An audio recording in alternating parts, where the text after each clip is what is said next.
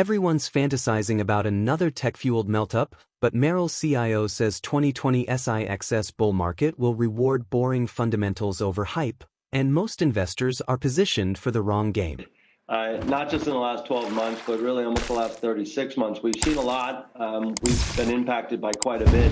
And going forward on a 26 basis, particularly midterm election years, you get more volatility and you get more of a proud bull that really looks towards profit growth and less towards multiple expansion and profit growth. We have some concerns out there for sure. We're going to have stimuli hit us and some pressures that come in.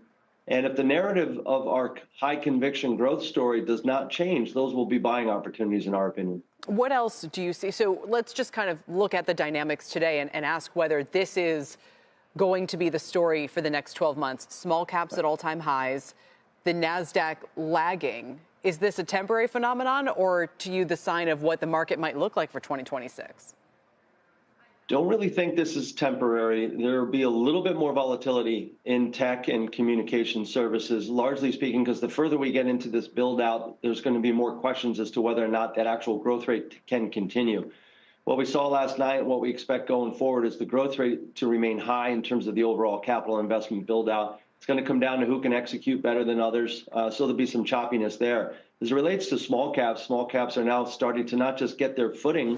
As you said, they're hitting all-time highs. We had some fits and starts of that last year, but it really didn't stick.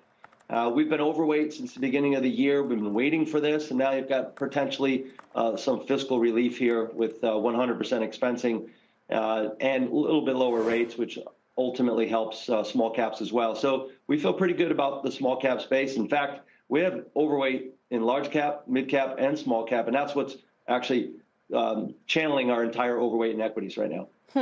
And do you have to take a strong view on what happens with rates? I mean, what do you think is the significance of what the Fed did yesterday?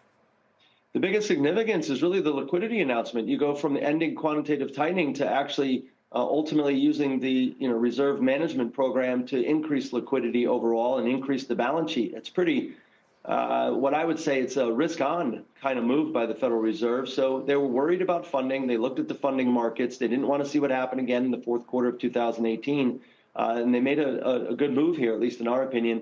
And we expect that to continue. They may toggle it down to 20 to 25 billion from 40 billion. But it's a good management program. It's a good risk management program. And I think that's the wild card here. And that's why we expect markets to end on a high note here as we close the year.